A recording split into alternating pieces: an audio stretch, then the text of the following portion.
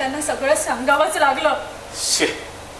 म्हणजे म्हणजे बँकेत सुद्धा सगळं कळलं. आता ते नाना प्रकारे मला शंका विचारणार, प्रश्न विचारून भंडावून सोडणार. आता काय सांगणार आहे मी त्याला? मला काहीही आठवत नाहीये. मैडम ये सांप का बैग, सांप बाहर ही घुस के आए थे. संदीप, ही बॅग तू आणलीस? हो. काय येतं बॅगेत संदीप?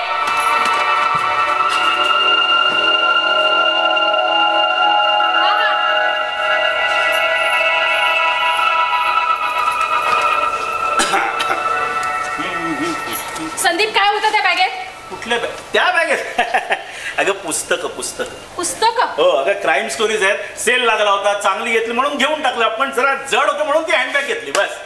आणि एकदम बेडरूम मध्ये घेऊन गेलास? अगं मग बाहेर कुठे ठेवणार? हा, सकाळी सॉर्ट आउट करीन. काही नाही ग, ट्रेन मध्ये वाचायला टाइमपास.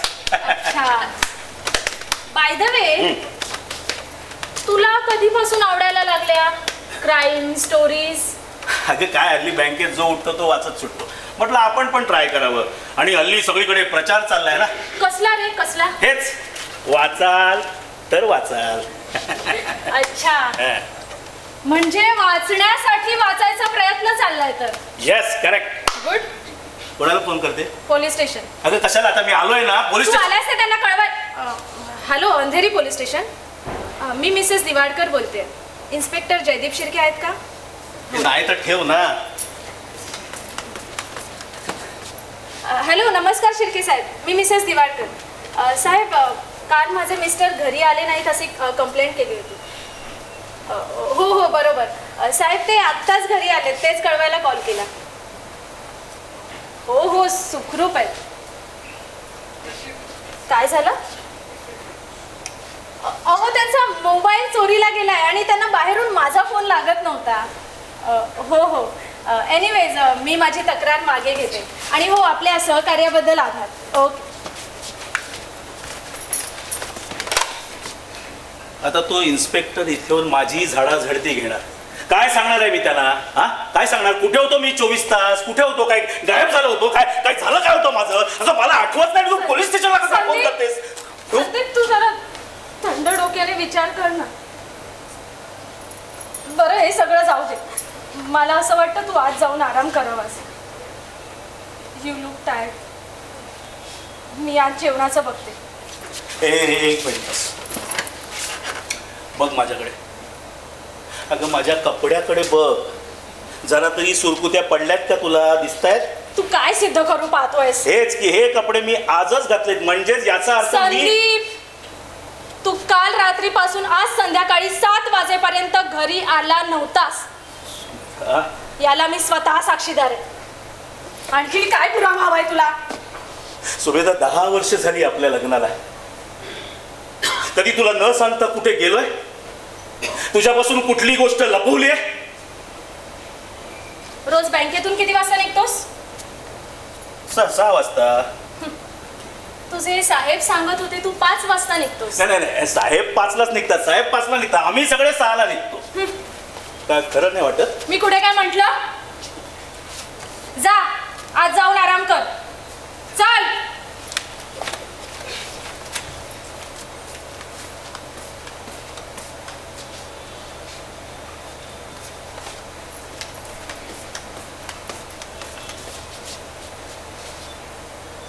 हॅलो, मी बोलते.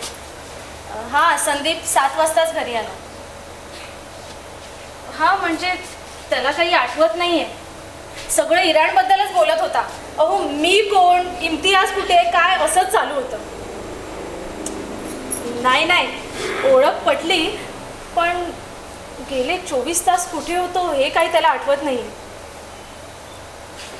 काय? नाही, मला तशी काही विसंगती जाणवत नाही.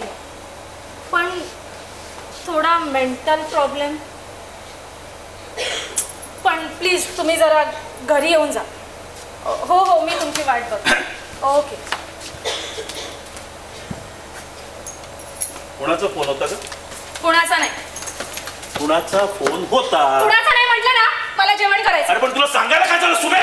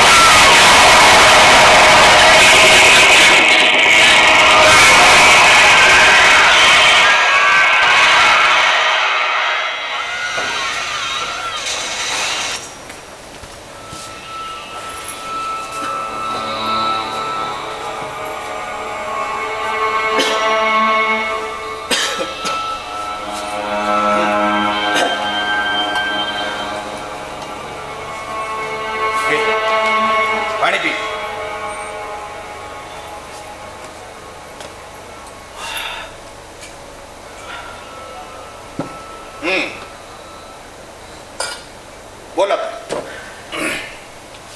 डॉक्टर मला आता सगळं व्यवस्थित आठवतंय. मी सकाळी 7:22ची अंधेरी लोकल पकडली. गाडीत नेहमीप्रमाणे मेजर रावते भेटले आणि मेजर रावते? हो, मेजर रावते आमच्या क्लबचे चेअरमन मेजर सुभाष रावते. आणि हो, तू त्या क्लबचा ट्रेजर नाही का? गेल्या वर्षी तुमच्या अॅन्युअल फंक्शनला आलो होतो मी. आत्ता आठवलं मला. बरं, पुढे? हा, गाडीत आमचं क्लबच्या टेनिस कोर्ट संबंधी डिस्कशन झालं. मग मी 8-10ला चर्चगेट, तिथून ऑफिस. दिवसभर मी ऑफिसमध्येच होतो. बरोबर संध्याकाळी 5 वाजता मी ऑफिसमधून बाहेर पडलो आणि बँक 5ला बंद होते. हो doctor, this is between you and me. हा, प्लीज प्लीज. Anything confidential? नाही, म्हणजे ही गोष्ट सुमेधाला ठाऊक नाही. Okay okay. काय डॉक्टर, गेले वर्षभर ना मी आमच्या बँकेजवळच्या एका बिअर बारमध्ये जातो. संध्याकाळी 5 वाजता? नाही, बार 6:30लाच उघडतो. पण नेहमीच गिराईक म्हणून मला बॅक डोअरने एंट्री मिळते. ओके. त्या बारच्या शेजारी एक ऑफिस रूम आहे. तिथे मी बसतो मस्तपैकी टीव्ही बघत, बिअरचे गुटके घेत घेत 1 तास घालवतो आणि 6:10ची अंधेरी लोकल पकड. ही गोष्ट सुमेधाला ठाऊक आहे का? नाही नाही, बायकोपासून काही लपवून ठेवू नये म्हणतात. ही गोष्ट तिला ठाऊक नाही, कारण तिला बिअर दारू या गोष्टी अजिबात आवडत नाही. आणि तिला दुखवायला मला आवडत नाही डॉक्टर, कुठल्याच बाबतीत. अच्छा, म्हणून तू बँकेमधून रोज 6 वाजता निघतो असं तिला सांगितलंस? म्हणजे हे सुमेधाने तुम्हाला सांगितलं म्हणजे तिला नक्की माझ्याबद्दल संशय आला असणार. अरे पण या गोष्टीचा तुझ्या बाबतीत काल घडलेल्या प्रसंगाशी काहीच संबंध नाहीये. तू तिच्यापासून केवळ 1 तास लपवतोयस, पण तू गेले 24 तास घरातून गायब होतास. हो, तेच तर सांगायचा मी प्रयत्न करतोय ना डॉक्टर. हा, बोल. हा, तर 5 वाजता मी बँकमधून बाहेर पडलो. त्या सागर बारमध्ये गेलो.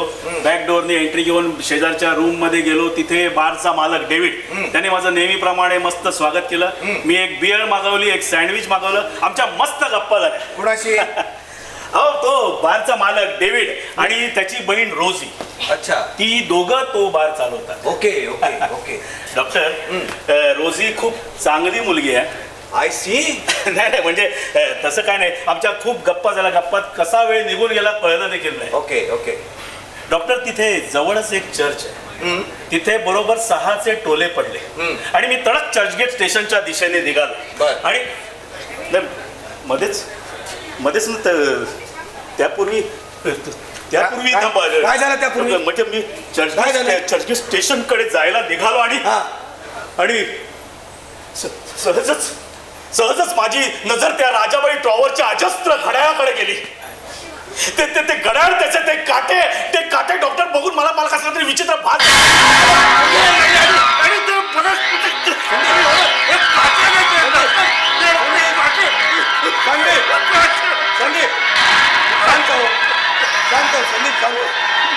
शांत हो संदीप.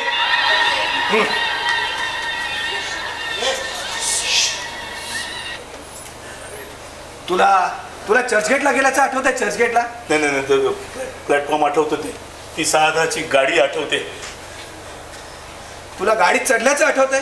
म्हणजे मी गाडीत बसलोय, गाडी सुरू झाली असं आठवतं. पण माझं डोकं अचानक जड झालं, डोळ्यासमोर अंधारी आली. म्हणजे बहुतेक मला झोप लागली असणार डॉक्टर. तुला अंधेरीला उतरल्याचं आठवतंय का? त्याशिवाय मी घरी कसं येणार? अरे पण अंधेरीलाच उतरला होतास का? नाही म्हणजे ते थोडंसं आठवतंय पण बरं, स्टेशनवरून घरी कसं आलास? नाही आठवत आहे डॉक्टर. गाडीत कोणी ओळखीचं भेटलं होतं? ओळखीचं? हा, नाही डॉक्टर. हे बघ संदीप, तू सांगतोयस ना, ही गोष्ट कदाचित कालची असू शकेल किंवा आजची. नाही डॉक्टर, हे सगळं आजच घडलंय, मला आठवत आहे ना. अरे पण तू आज बँकेत गेलाच नव्हतास. शिवाय काल रात्रभर तू घरात नव्हतास हेही सत्य आहे. काय झालंय काय? माझी स्मृती अचानक कशी गेली? व्हॉट्स रॉंग विथ मी डॉक्टर? तोच तर प्रश्न आहे ना, तोच तर प्रश्न आहे.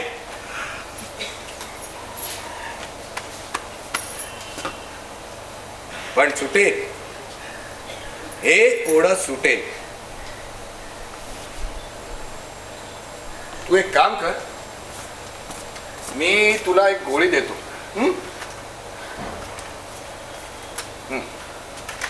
झोपण्यापूर्वी ती घे, तुला शांत झोप लागेल. उद्या सकाळी एकदम फ्रेश मग तुला सगळं आठवायला लागेल आय एम शुअर. डॉक्टर मी खरं तेच सांगतो, मी कुठेही गेलेलो नव्हतो. चर्चगेट स्टेशनकडे जाताना मला ते अजस्त्र घड्याळ दिसलं आणि त्याचे ते काटे अजूनही माझ्या डोळ्यासमोर येत आहेत डॉक्टर. अरे मे बी संदीप नेमकी त्याच क्षणी स्मृती सुरुवात झाली असेल यायला किंवा जायला सुरुवात झाली असेल. Either of the facts. हे बघ गरज पडली तर मी डॉक्टर अय्यर बरोबर बोलेन. Doctor Iyer is well non psychiatrist. Doctor पण नॉर्मल माणसाच्या आयुष्यात हे सगळं अचानक घडू शकतं. अरे मेडिकल सायन्स मध्ये मिरॅकल्स घडतात संदीप. बाय द वे तुला पूर्वी कधी डोक्याला मार लागला होता का रे? नाही डॉक्टर, आणि लागला असला तरी तुम्हालाच ठाऊक, तुम्हीच आमचे फॅमिली डॉक्टर ना. अरे हो. नाही येस, इराणला असतानाची एक घटना आठवते मला. म्हणजे त्याला बरीच वर्ष झाली. काय माहिती डॉक्टर, तिथे तेव्हा असे सारखे बॉम्ब आले आणि लोकांना लपायला ठिकठिकाणी बंकर असायचे. सायरन वाजला की लोक असतील तिथून त्या बंकर्स मध्ये जाऊन लपायची. जवळून बॉम्ब हल्ला झाला आणि बंकर्स मध्ये लपता लपता माझ्या कानावर भयानक आघात झाला डॉक्टर. भयानक. मी 4 दिवस फार बहिरा झालो होतो डॉक्टर, बहिरा. अरे अशा वेळी सगळ्या तपासण्या करून घ्यायच्या असतात संदीप. केल्या डॉक्टर, सगळ्या तपासण्या केल्या. माझी रवानगी हॉस्पिटलमध्ये झाली, सगळ्या तपासण्या झाल्या. नशीब माझ्या शरीराला काही इजा झाली नाही आणि 4 दिवसात सगळं normal. I was absolutely fit and fine. त्यानंतर मात्र कधी काही त्रास झाला नाही डॉक्टर, टचवूड. हो ना. अरे तर मग काळजीचं काहीच कारण नाहीये. तुला गेल्या 24 तासातलं सगळं आठवेल, पण हळूहळू स्टेप बाय स्टेप पण नक्की आठवेल. आपण 1-2 दिवस वाट बघूया. Let us have patience. पण डॉक्टर, समजा ते घड्याळ आणि त्या घड्याळाचे काटे बघितल्यावर माझी स्मृती गेली असेल, तर काल रात्रभर आणि आज दिवसभर मी कुठे कुठे भटकलो असेल. अरे ते आता कसं सांग. तू ट्रेन मधून कुठल्या तरी स्टेशनवर उतरला असेल आणि भान हरवल्यावर माणसाला आजूबाजूच्या परिस्थितीची जाणीव नसते बाबा. डॉक्टर पण माझे कपडे बघा ना, अजिबात मळलेले नाहीत. Something strange. इकडे तिकडे कुठेतरी फिरला असशील, मग तुला भूक लागली असेल, आठव. मग कुठल्या तरी हॉटेलमध्ये काहीतरी खाल्लं असेल, आठव काहीतरी, आठव. मग तुला लागलं असेल. नाही मला नाही आठवत आहे. I am totally blank. मला आठवतात ते 6चे चर्चचे ठोके, ते अजस्त्र घड्याळ, ते भले मोठे काटे, चर्चगेट स्टेशन, 6-10ची Andheri local. That's all. Sandeep, हे धागे तुला आता बिलकुल सापडणार नाहीत.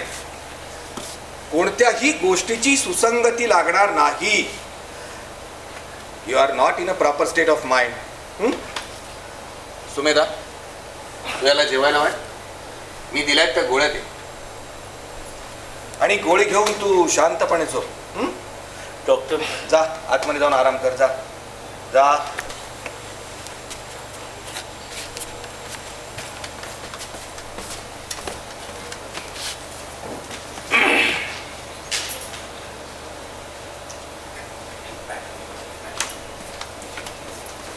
डॉक्टर, हा, संदीपची स्मृती खरोखरच हरवली होती का? तुला हा सगळा बनाव वाटतोय का सुमेधा? अगं तू संदीपवर संशय घेतेस, हे कळतंय का तुला? डॉक्टर, तो माझ्याशी कधीही खोटं बोलला नव्हता. पण काय म्हणायचंय काय तुला? संदीप माझ्यापासून काहीतरी लपवतोय. सुमेधा, तुला त्याच्यावर संशय आहे का? तसं नाही डॉक्टर. अहो, मी बँकेत फोन केला होता, तेव्हा मला समजलं हा बँकेतून 5 वाजता निघतो. अच्छा. आणि मला नेहमी सांगत आला 6 वाजता. अहो, आजही तो माझ्याशी खोटंच बोलला. अशा गोष्टी घडतात आयुष्यात सुमेधा. हे बघ, मला तरी वाटत नव्हतं की तो खोटं बोलतोय म्हणून. पण असं अचानक कसं काय घडू शकतं? कालपर्यंत हा माणूस एकदम नॉर्मल होता. तुम्हाला माहीतच आहे डॉक्टर, संदीप माझ्यापेक्षा जवळजवळ 12 वर्षांनी मोठा आहे. पण त्याची मेमरी माझ्यापेक्षा खूप स्ट्रॉंग आहे. तरी अशा व्यक्तीची मेमरी जाऊ शकते, हे सगळं मला अजबच वाटतं. असलं काही माझ्या ऐकण्यात पण नाही. अगं माझे नाहीये, but there are exceptions in medical science. तेव्हा आपण ही गोष्ट नाकारू शकत नाही. शिवाय तो जेव्हा इराणला होता तेव्हा बॉम्बस्फोटाच्या आवाजाने 4 दिवस ठार बहिरा झाला होता म्हणे. पण त्यावेळी सगळ्या तपासण्या झाल्या होत्या. अगं मग गरज पडली तर आपण परत तपासण्या करून घेऊ ना. हा, पण गरज पडली तरच. हा, डॉक्टर ह्याने येताना ना एक हँडबॅग सोबत आणली. हँडबॅग? हो हो, बाहेरच ठेवून आला होता. वॉचमॅनने येऊन सांगितलं. तसा हा आला, बॅग घेतली आणि तडक बेडरूम मध्ये गेला. अगं मग तू विचारायचंस ना त्याला. विचारलं डॉक्टर, तर म्हणाला सेलमध्ये पुस्तकं विकत घेतली. पुस्तकं? हो, क्राईम स्टोरीज. Crime stories?